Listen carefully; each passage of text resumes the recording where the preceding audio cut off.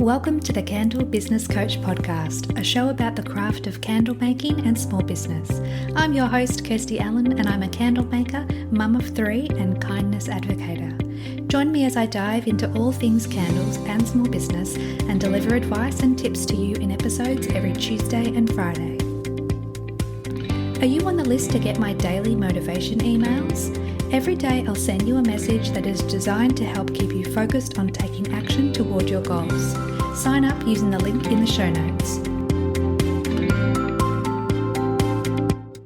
This episode is brought to you by my free ebook, the Candle Business Marketing Kickstarter Kit. Inside this free ebook, you'll learn to identify your blocks of time to dedicate to your candle business. Plus, there are several tips and tricks for re-engaging past customers and attracting new customers into your business so you can grow your business and reach your goals. Check out the link in the show notes for your copy.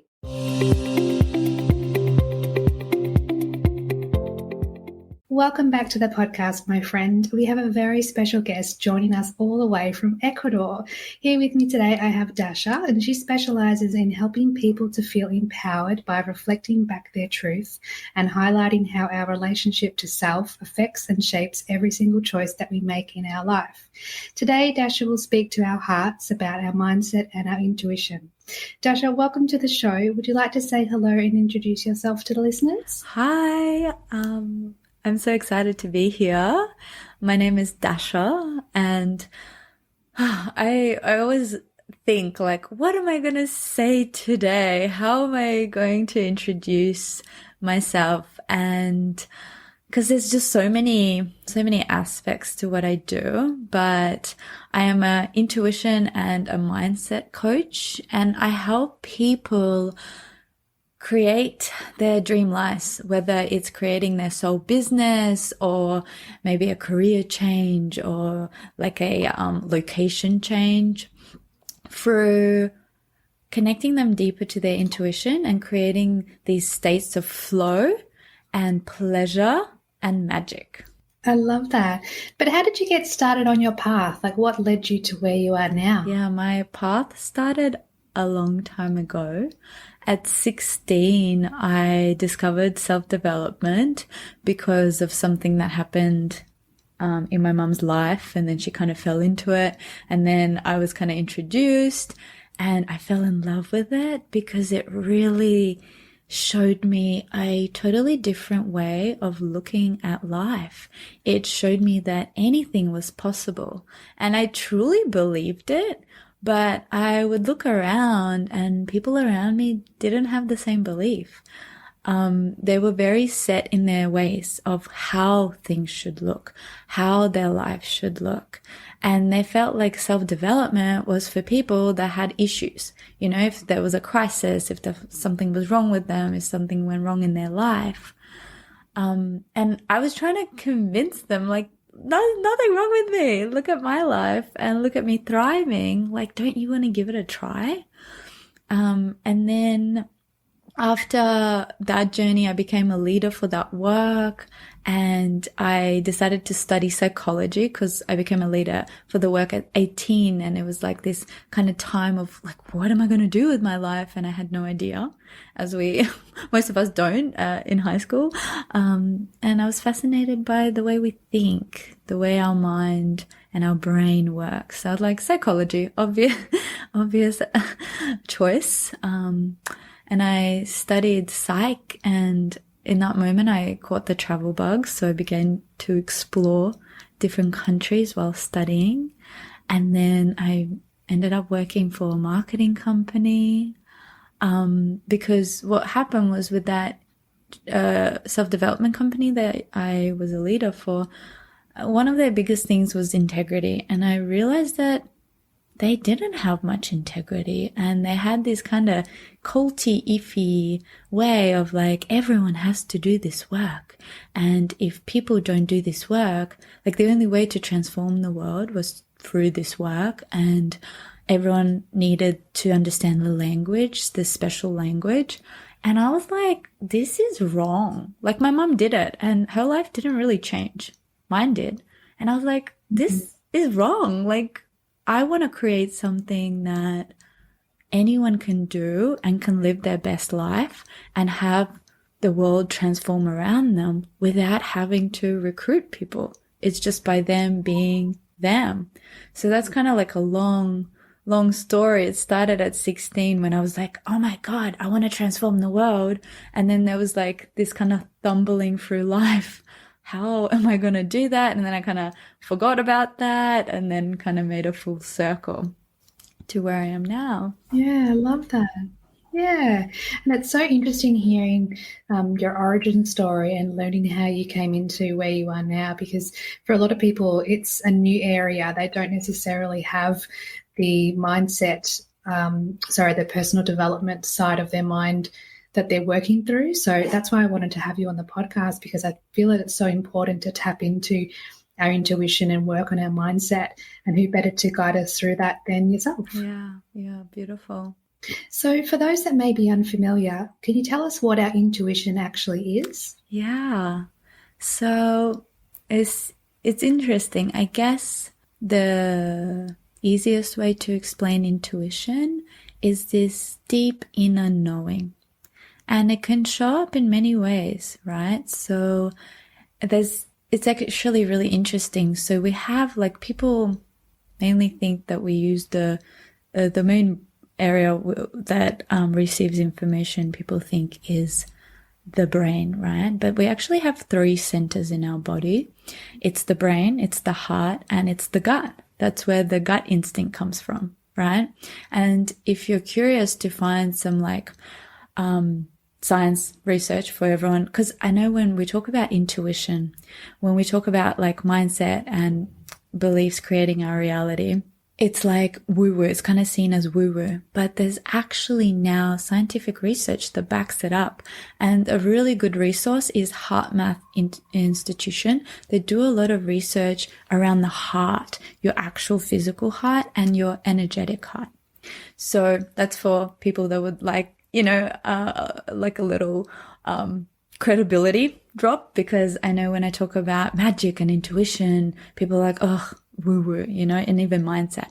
So coming back to intuition, it's this inner knowing, and it can be from your gut, the gut instinct. It could be the heart, and it could also come to you in many different other senses, right? Some people, they get it like they have guides, they hear things, and that one gets suppressed a lot because it's kind of freaky and we're made to think you're crazy. You're like, oh, maybe I'm schizophrenic, then there's smells.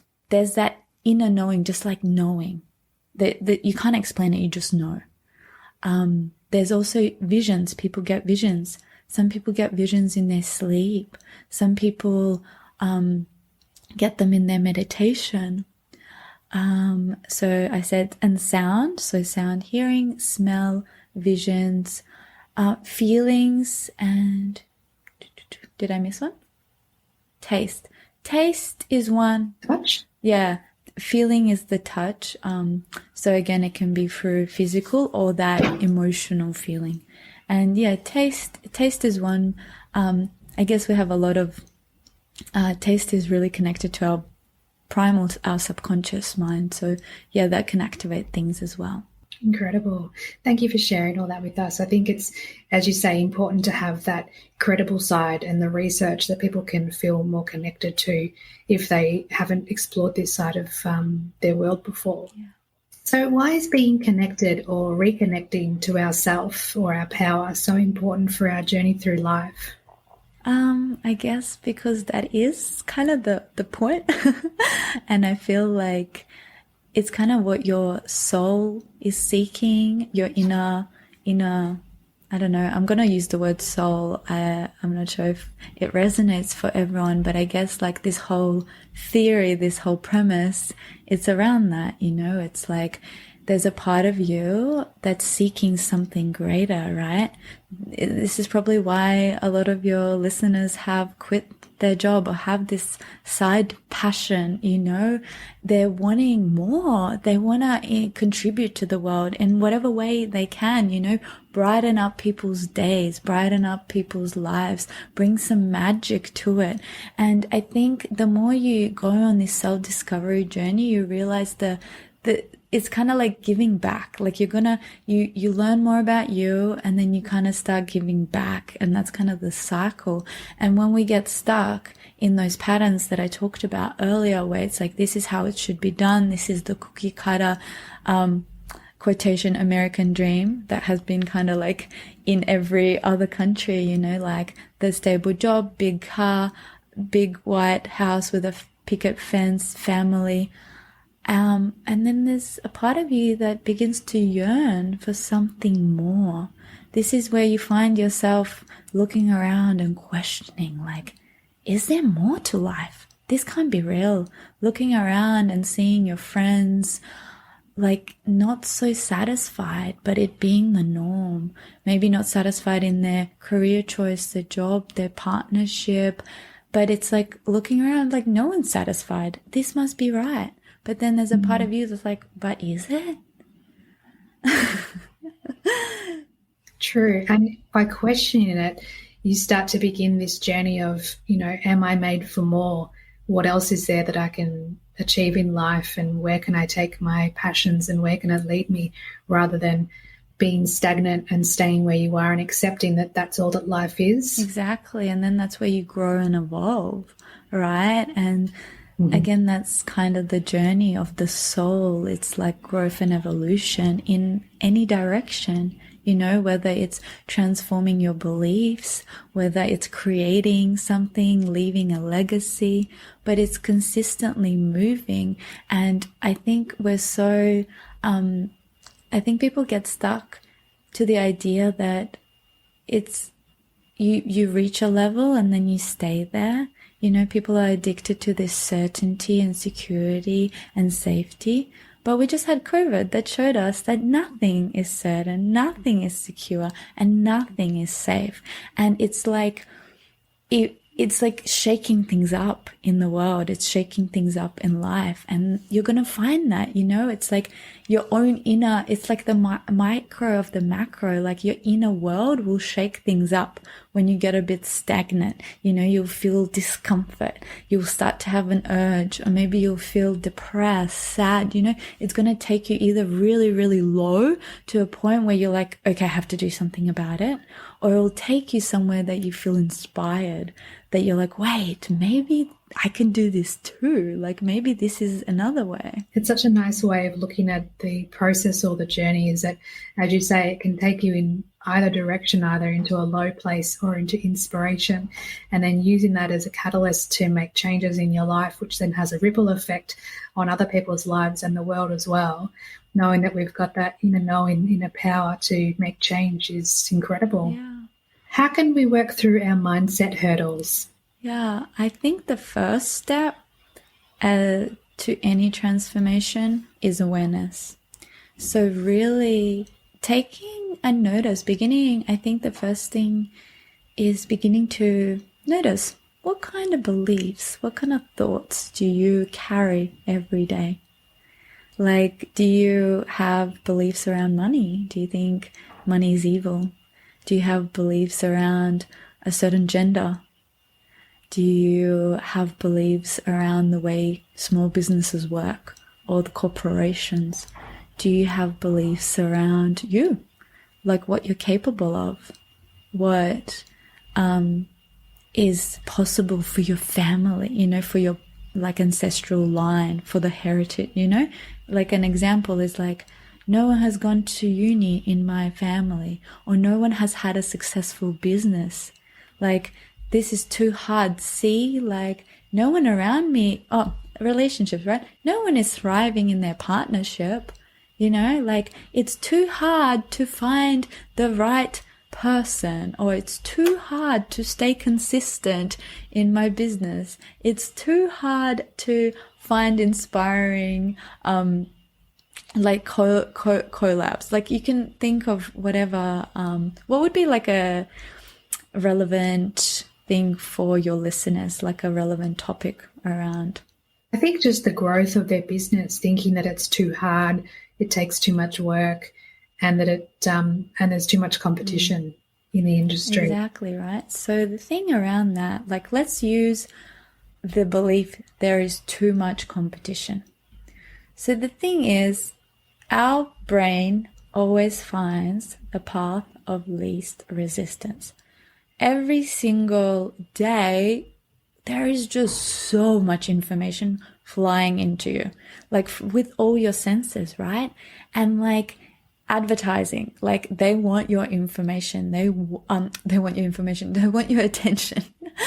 And they will throw any information your way, you know. They have loud music. Like if now with like the new world of quick, fast videos, you know, it's loud, it's punchy, it's like, whew, you know, I don't even have sound on my Instagram because it's too much. But imagine that, right? So there's all this information flying at you. Your brain needs to keep you sane. So it only processes really on the conscious level a very limited amount. On the subconscious, it's processing so much, right? This is why mindset is so important, because you're really tapping into your subconscious beliefs. So you may even think like, yeah, there is too much competition, right? Consciously, but subconsciously, there might be something else playing. So we'll get to that later. And I'm going to just use that there's too much competition example, right? So that's your belief. It's conscious belief, like it's actually conscious. The sneaky ones are in the subconscious. It's the ones that are like actually opposite of what you consciously think you believe. But let's start with the conscious one. You think it's too much competition. So your brain's like, cool, this is what we're looking for, right? So of course, you're going to start looking around and find all this competition. And then it's funny because now you actually also have the algorithm to back up your beliefs, right? So of course the algorithms are going to show you all the things you want to see. And then you're like, truth, this is the truth. Even though you're probably seeing 1% of reality, right? But it's the 1% you're seeing like 24/7. So for you, it's like, that's the truth, right? So of course, our beliefs, there's a quote, and I love it so much because it explains this so well. It's like our thoughts become our beliefs become our actions, and our actions become our habits. And this is why mindset is so important, is because if you think that there's too much competition, whether there is or not, your actions probably will feel like a little bit hopeless, and so you'll probably feel a little bit hopeless and resigned. So then you're probably not going to take as much action, right? If you're going to switch that belief, whether there is a lot of competition or not, you're going to say there is not. What would be a positive reframe? Like, my business is unique, you know? It's not even like twisting it being like there's no competition. It's like my business is unique. Now, imagine you have that belief. There's like, say you're going to a expo of candle makers, but your business is unique and you end up being the unique standout because now you're carrying that belief. So then your actions are going to correlate to that. And this is where intuition comes in, and why I love combining it, because your intuition gives you the path of least resistance to your beliefs to get you closer to your beliefs. So now you're going to see around you all these like inspirations, or maybe you'll have information dropping down of how you can be unique. You become more creative, you know, and then you actually feel like, oh, I'm inspired, so I'm going to take more action. And you can be in the same like expo. You can be in the same moment. And that one belief can totally transform the way you show up in the world, the way you create. Yes, definitely. I'm nodding here. I know the listeners can't see, but I'm agreeing with everything that you're saying, because it's just so powerful, the beliefs that we have in our minds and the thoughts that we tell ourselves, when we can take a step back and actually assess, is this truth or is it just my mind trying to keep me safe? And then having the power to, as you say, switch what you're thinking and make it a more positive spin. It just has a huge effect on the actions you take, the beliefs you have, and the habits that you form. Yeah. And I have this really beautiful example I want to share around like there's too much competition. I mean, I think in every industry, everyone has that thought, even if like the competition is 10 people or 1,000 or 1,000,000, you know, you're like, oh, so much competition. But it was about like these having a shop between these two giant supermarkets, you know? And it's like, do you think it's a good idea to start a little shop between two giant supermarkets, right? Straight away, people are like, no, it's like so bad for business. No one's going to go to you. Everyone's going to go to these giant supermarkets, right? But what if you create a really high quality gourmet, like you have a shop that the other giant stores, they do not store the same products or the same ingredients. Then it becomes an incredible opportunity because the giant stores are driving traffic to you, right? And then the people are shopping at your shop, right? So that's again the mindset switch.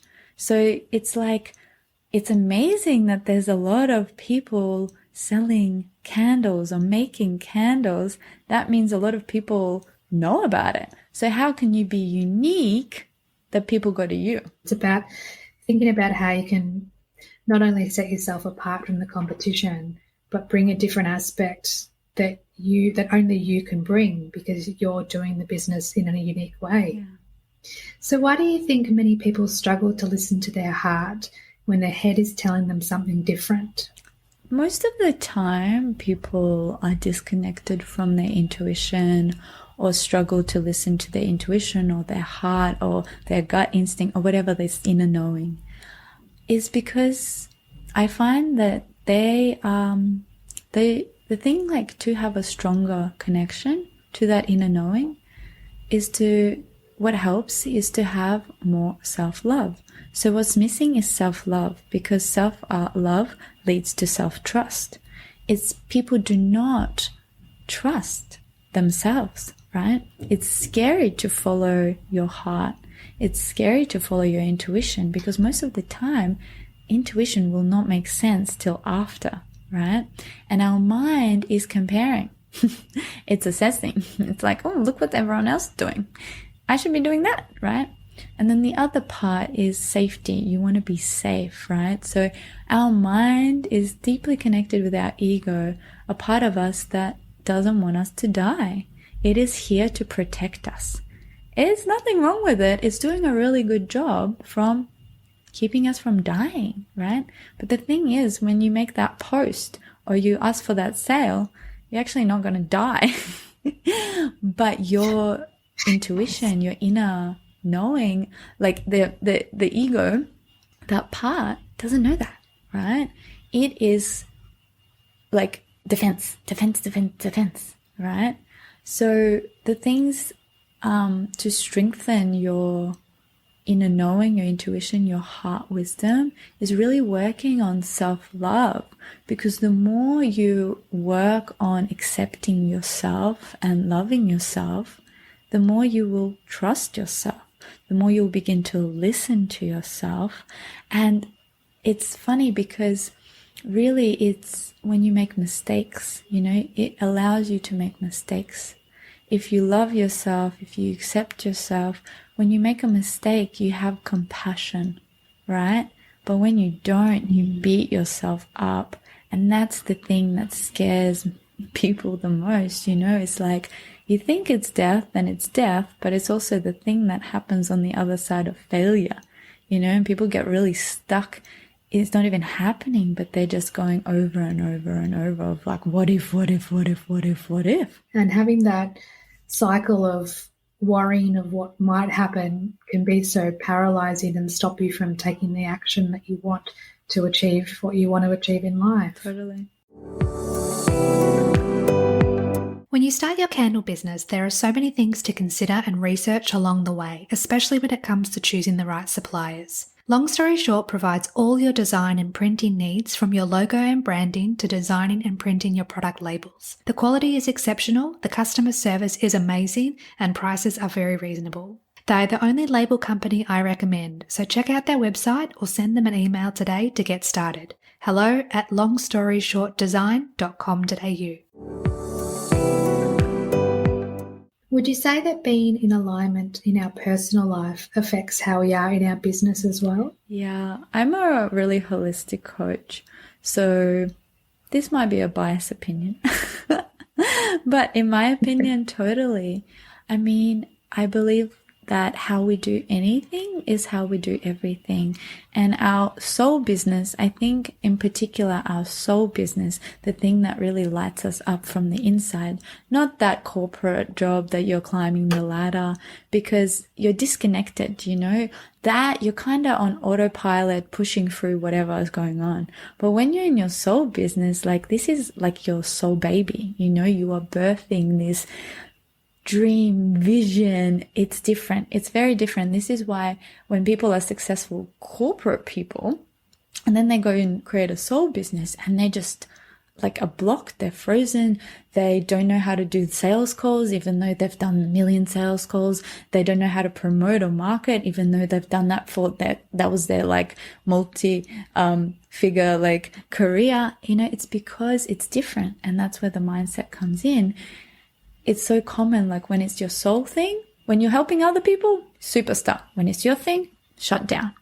And it's because it's that part of you. It's a reflection of you. And it becomes that like all these different things show up, right? So in how you do everything is how you do anything is how you do everything, right? That's like how you are in a relationship. Like it's like your baby. So how you were parented, how you parent, you will see those correlations, right? And even in relationship, like to money, that's a big one. Relationship to yourself, like it all kind of comes out. And that's why I believe that even when I coach my clients around their business, they have massive breakthroughs in their relationships, in their self-love, and yeah, it's all deeply connected. And I believe really around worthiness. And the more you really allow and do that inner work around your worthiness to receive and to have, right? Then you can have more success in your business. You can have more money, more visibility, right? But then that also comes out into your relationship, because you are worthy of that love. So then you're able to receive the love from your partner, from your customers, from your followers. It's in my opinion, all deeply interconnected. And when people kind of shut off their life to just focus on their business, you can see why there's this unsatisfaction. People can bring in millions, right? But then they're not in a successful relationship. And when I say successful, like satisfying, let's say satisfying, like they don't feel satisfied, and they don't feel satisfied in their business. Like they just don't feel satisfied. It's like they have it all, but they just don't feel satisfied. So interesting just chatting about how when we focus on releasing the pressure from one part of our life, how it has a ripple effect to the other parts of our lives as well. And knowing that if you work on the different aspects of life, they all interrelate with one another and they can become so powerful. And then you find that satisfaction when you realize that it is all connected. Yeah, and it overflows into each area and really like nourishes, as one area gets nourished, it flows into the other, and it's like this little microcosm of your little ecosystem. That's a beautiful way of looking at it. So why do you think low self-worth is so prevalent in our society? Oh, I love this question. It's really interesting, right? I used to run these like sister circles, women's circles, and I would always get like a really like the conscious kind of people who are working on themselves coming in. And then this one time I did a collab with one of my dance teachers, And I ran a circle and I didn't what I thought was an easy exercise. I asked everyone to celebrate 3 things about themselves. And to my shock, people were so stuck. And I was like, okay, let me give you a little example. I'm like, okay, can you tell me 3 things you hate about yourself? And they could tell me thousands, you know, they could write a novel, right? And I was like, what is up in our society? Like, what the F? This is shocking that people can't think of 3 things, you know, and when they started telling the things they celebrate about themselves, it wasn't things about themselves. It was about them in society. Like, I'm good at working. I'm a good mother. It wasn't like, I am beautiful, you know, I am kind, I am successful, I am, you know, it was just like, how am I showing up in the world and how is it reflecting it to me, you know, and that's the issue. This was like a long-winded answer, but I really wanted to paint the picture because the issue is media, right? Because it's capitalism, really, because we are sold, we are constantly made to feel bad about ourselves so we can buy more stuff. You know, it's like in the media, and then there's like apps now, and the younger generation, like with social media and how like fake it is, you know, with all these like body altering, face altering things where people are looking and like, oh, I should look like this. And I don't. There is something wrong with me. You know, it's like, oh, I have hairy legs. That is wrong. That's unnatural. I have hairy armpits. I have freckles. I have wrinkles. I have gray hair. I have like just all these natural things. It's like, it's wrong with you, you know, natural body. If you look at the Greek goddesses and gods that were like sculpted, you know, it's like, we don't look like that. We look very different. We look like skeletons, you know, and it's like what's celebrated in the media. But, you know, like that's the thing, fear, and that fear, if we create fear in society, it's easier. It's a high emotion that brings out irrationality. So it's way easier to control. And then pain, you know, like the old way of selling.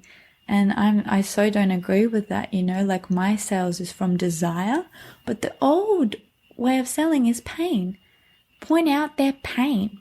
Push on their pain. Put some salt in their pain. Like, of course, people are gonna have no self-love and self-worth because they're not being shown every day, most of the time in the spare time. You are perfect. You are perfect. You don't need anything. You are perfect the way you are. They're not going to sell anything that way. They need to tell them what's wrong and why they need to buy this next thing. Yeah, it's such an interesting point. So many interesting points you make in terms of the motivation we have to want to change who we are, thinking that who we are isn't enough and that we're not worthy of self-love and self-worth. And you think there's got to be a different way, there's got to be a better way. And that's why it's so important to speak to someone like yourself, because you offer a perspective that not a lot of people may have heard of before, but it's so important to share your words of wisdom and your knowledge. Yeah, and it's so need to be prioritized, because just that simple shift of like changing, like observing the thoughts, the beliefs you carry about you and the way you look, just that simple thing, because we are so conditioned to judge the way we look in our society and compare and contrast and judge everyone else and compare and contrast and shame them. That just that one belief that you can shift, like belief system, is going to totally transform the way you show up in the world and how you feel and how you run your business. Crazy, right? Yeah, it's all connected. Do you have any tips on how we can increase our self-power? Yeah, I think like the thing that's really coming up for me now to share, because we're opening the Pandora's box, right? And because we're so conditioned to spiral and shame and make ourselves wrong, that it's like we're going to jump onto this and be like, yes, new thing to make myself wrong about. And awareness is the first step, and the second step is compassion. Is to just take a moment and just see if you can hold that part without needing to change it, to fix it, without needing to get rid of it, even though like you want to transform the belief. But can you just hold it without needing to change it? And just hold yourself for, like, in this, you know, you've been, I don't know how many years, fed this information, this narrative, and not just through the media, but through your family, right? Because they've been conditioned before you, and through your friends, and we're all conditioning each other constantly, right? Judging, laughing about someone else, judging them together, you know? So can you just have compassion?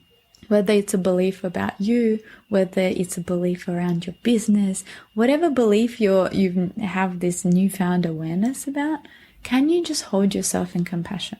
And that's the first step of gaining more power.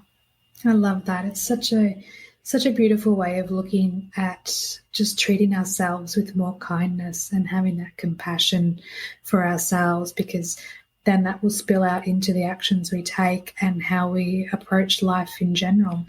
Yeah, and I've done like lots of certifications and lots of study after my psychology degree.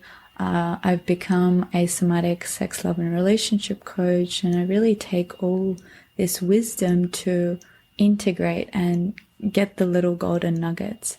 And the thing is, it's really important, because I also come from a very toxic self-development. Like, that was my initiation, this really masculine, toxic, go, do, become better, there's something wrong with you. Even though they were like, there's nothing wrong with you, but you want to transform. And this, you know, it's like this subconscious like thing of like, there is something wrong with you, and you need to buy the next course and do the next thing and more. And when I did my somatic sex, love, and relationship certification, the biggest thing that I got was education around trauma. So I'm also a trauma-informed coach. And I realized most people run their business from trauma. Then that's why people are so miserable, right? They're traumatized, and they're re-traumatizing themselves. They don't know their trauma responses, which I'm going to quickly cover this because it blows people's minds. And again, it's all connected, but this is why the compassion piece comes in, right? It's actually slowing down and holding yourself and allowing yourself to heal from your trauma, rather than overstepping it and like bulldozing through and continuing to bulldoze through, and then numbing yourself and then questioning like, why am I not feeling much? Right?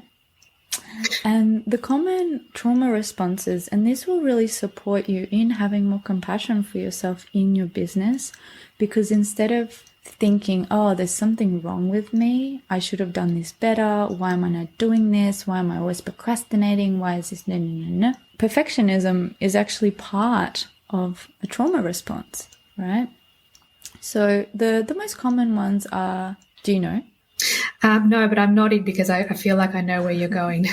Yeah, I like to do this quiz because a lot of people don't even know trauma responses. So I'm always like, name a trauma response. Can you name one or two? Oh, well, I feel like because you mentioned perfectionism, that could lead into like obsessive compulsive disorder and trying to make your environment perfect to help control what's around you. Yes, but that's not the trauma response, but that's very that's very accurate. That is very accurate. I'm not sure, but I'm definitely curious to find out more. Yeah, there's no right or wrong way to answer this. I always ask because I know when I tell people, like the first two people are kind of aware of, the second two like really blows people's mind. But I like to just see, like, because I didn't really, well, the first two is fight or flight. Right. So this one, obviously, I know fight or flight. We all know about it. Even if we don't really link it to trauma response, people talk about fight or flight all the time. We've heard it a million of times, right? So that's the most common. You fight. So you want to be like the loudest, the scariest, you know, to save yourself. This is more in like relationships. Fight or flight, probably you don't have that with your business. But flight, avoidance, right? The flight is the avoidance. It's the running away from responsibility, or running away from consistency, or hiding. So it's a trauma response. Your nervous system is overwhelmed. It goes into the response, right? Nothing wrong with you. It's just something to keep in mind. Check in. Oh my God, I am overwhelmed. Let me take a breath. Let me calm my nervous system. The other two are freeze. This is when you just freeze. Like, you don't do anything. That's the numb aspect. You're just frozen. And that perfectionism is free. It's linked to freeze, right? Because you're trying so hard and then you just get stuck because you're just frozen. It's just so overwhelming. Your nervous system is like, and the last one is fawn. So it's like befriend the enemy, right? So this is where you're trying to survive. So you're befriending something that's not so nice to you, right? And in business, but in life, that's a big one, It's like, why did I just do that? How did I just do that? And those are the two questions with freeze and fawn. It's going through something and like, why didn't I do something else, with the freeze? Like, why didn't I say something? Why didn't I put my hand up? And that's just noticing, That's just a trauma response. Check in with yourself. How can you make yourself feel a little bit safer? That's such a powerful way of giving yourself that power back and the compassion, and checking in with yourself and seeing what you need right now. How can you self-soothe? What do you need to calm your nervous system so that you can get back into life and keep going? Yeah. What are some affirmations we can use in our everyday life? Yeah, I think a really beautiful one is I am enough. I am enough is really powerful. I love myself. I love you is a really beautiful one to do in the mirror, and just really allowing that. I love you. And I imagine that would be quite confronting for some people to look at themselves in the mirror and tell themselves that they love who they are. Yeah. And I think I think the thing with affirmations, they're a little bit outdated because there's no point of saying something you don't believe. And the thing is, you're not going to feel the transformation. You're not going to see the transformation. You're not going to experience the transformation if you don't feel it. You have to feel it to believe it. And this is where the subconscious part comes in, right? You can be like, I love you, I love you, I love you. And it's so easy for you to say. But if you don't actually feel that in your body and you don't truly believe it, it's doing nothing. It's actually doing the opposite because it's telling your subconscious like a lie. And then you end up overcompensating for that lie, taking actions, to fix it and change it. So fascinating. What is something we can do today to improve our mindset? Begin awareness, tracking your beliefs and noticing them, bringing compassion to them, and then beginning to rewrite the patterns, right? But in a way it's believable, right? So say like your belief is, I hate myself, or let's work with I hate myself, right? So maybe I love myself is a huge jump and it will just not resonate at all. So perhaps changing the belief to I am working on loving myself. I am one step closer to loving myself. I am accepting myself, or even I accept myself, or I have compassion for myself, right? So it's like noticing the belief. Do you have an example of a belief I can reframe? As in like a personal one for myself? Yeah. Or anything that comes up? I believe, I want to believe that I'll be successful. And what is the belief that is the subconscious belief that's actually running? Probably that I am afraid that I'll fail. So the belief is probably I'm going to fail. Yeah. So the belief is I'm going to fail, right? So noticing that, bringing awareness to that, compassion, love, it's the belief that's just protecting you. And then the reframe would be, I am taking steps towards my goal every single day. Mm-hmm. Or like, I celebrate everything I do. Or like, actually like thinking of some successes in your life and in your business. Proof that I've overcome that belief previously. Yeah. Where are you successful in your business? Where is there success? Yeah. Such a powerful way of flipping the script and looking at it in a more positive light. Yeah, and like actually having your beliefs transform, right? Because affirmations, they're great, right? But the issue is most of the time we have an affirmation, but we don't actually believe it. So it's not actually transforming anything. So it's like, how can you have the affirmations that are actually impacting your mindset, actually impacting your business, your relationship, your self-love? Mm. Do you think that the problem with affirmations is that it's too big of a leap? Yeah, I think so. I think so. And also, I think it's a lack of knowledge.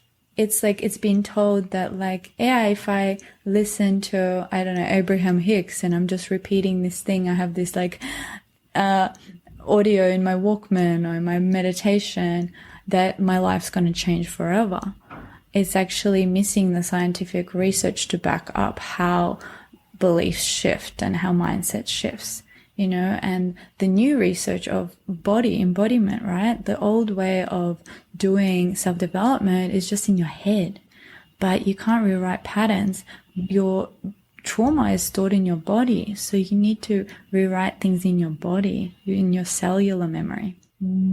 That's so much deeper than just the surface level. Yeah, and it's like more instant. It's quicker, when you're actually going deeper, your transformation is quicker than when you're doing this thing that's actually not working, I guess. Yeah, no, that makes perfect sense. If you're doing the deep work and if you're committed to learning more about how your body and mind processes trauma, like you say, or just life experiences, we can then have a bigger impact on our day-to-day existence. Yeah.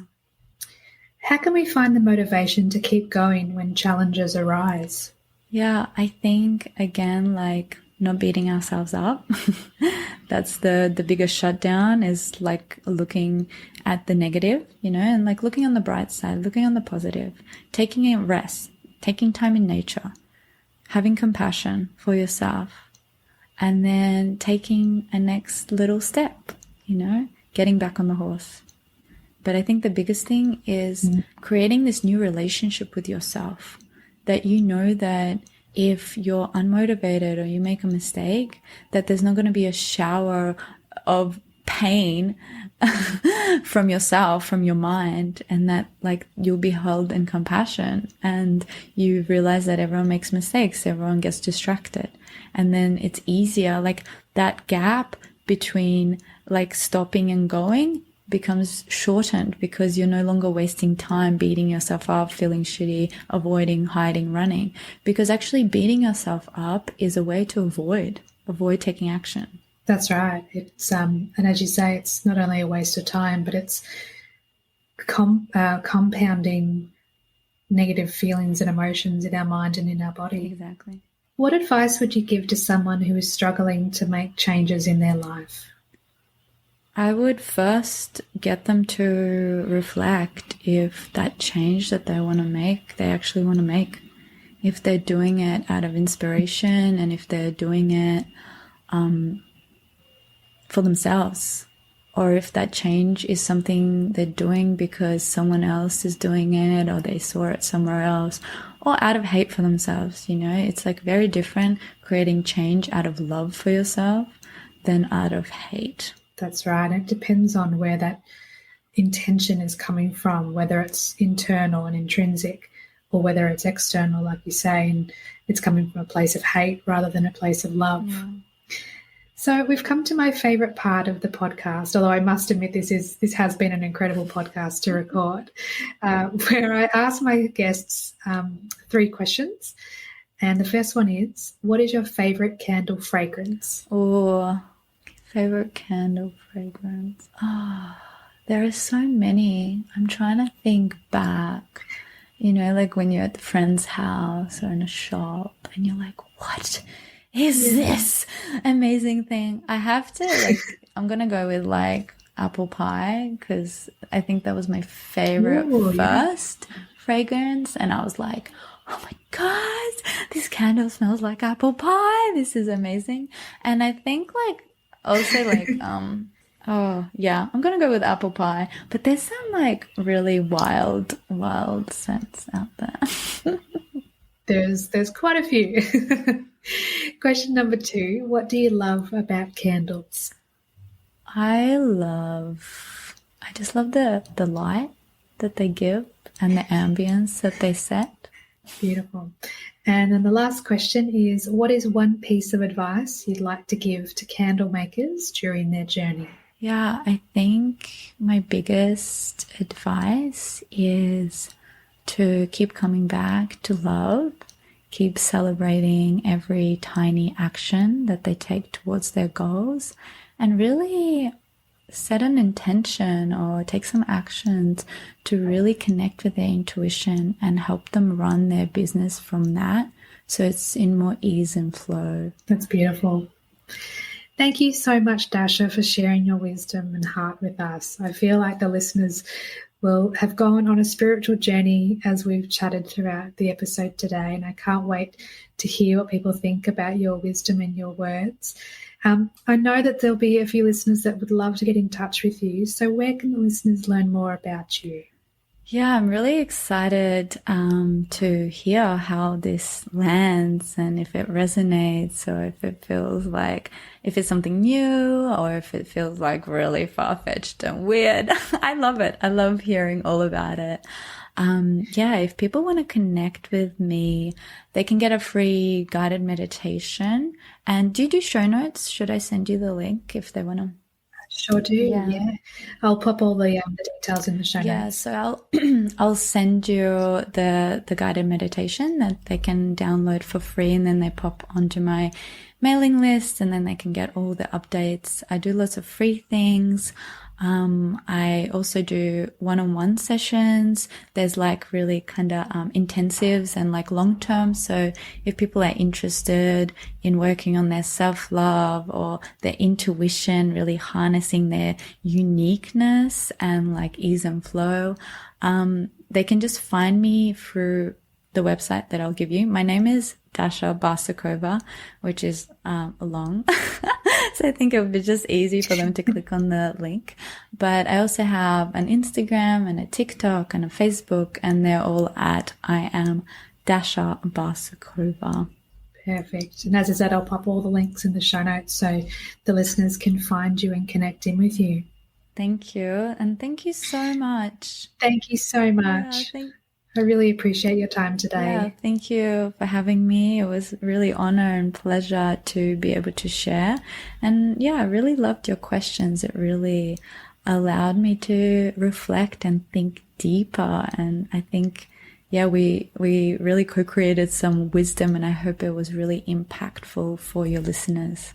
I feel that it will be, and I just love your wisdom and perspective on all things life and intuition and mindset. And I feel that obviously, well, this could just be my own belief, but I believe that some people won't necessarily connect in with this episode, but there will be people that are so deeply connected with what we've chatted about today and will benefit from hearing your words. So I'm just, truly grateful that you took time out of your evening to chat with me today. Yeah, thank you. Thank you so much. And yeah, I'm really excited for all the takeaways and all the just wins that people get just from hearing this information, if it did resonate, and the impacts it has on their business, on their candle business. Yeah. I know. It's so exciting to think that they might have heard, a couple or more gold nuggets throughout the episode that's really resonating with them and could make some positive changes in their life and in their business. Yeah. All right. Thank you. Thanks everyone for listening today. I hope this episode added value to your candle making journey. Check out the show notes for all the links mentioned throughout today's show, and please subscribe to the podcast so you don't miss any future episodes. Thanks again for listening. Have a beautiful day.